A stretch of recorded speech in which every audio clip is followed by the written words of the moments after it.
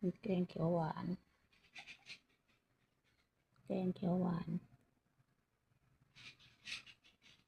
หมูกับไก่ผสมกันเลือดไก่แต่หมูบดแล้วก็ลิ้นไก่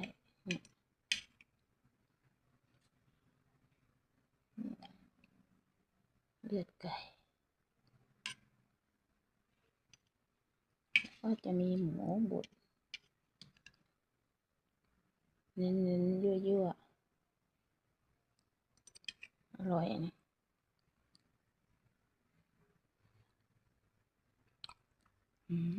เปื่อย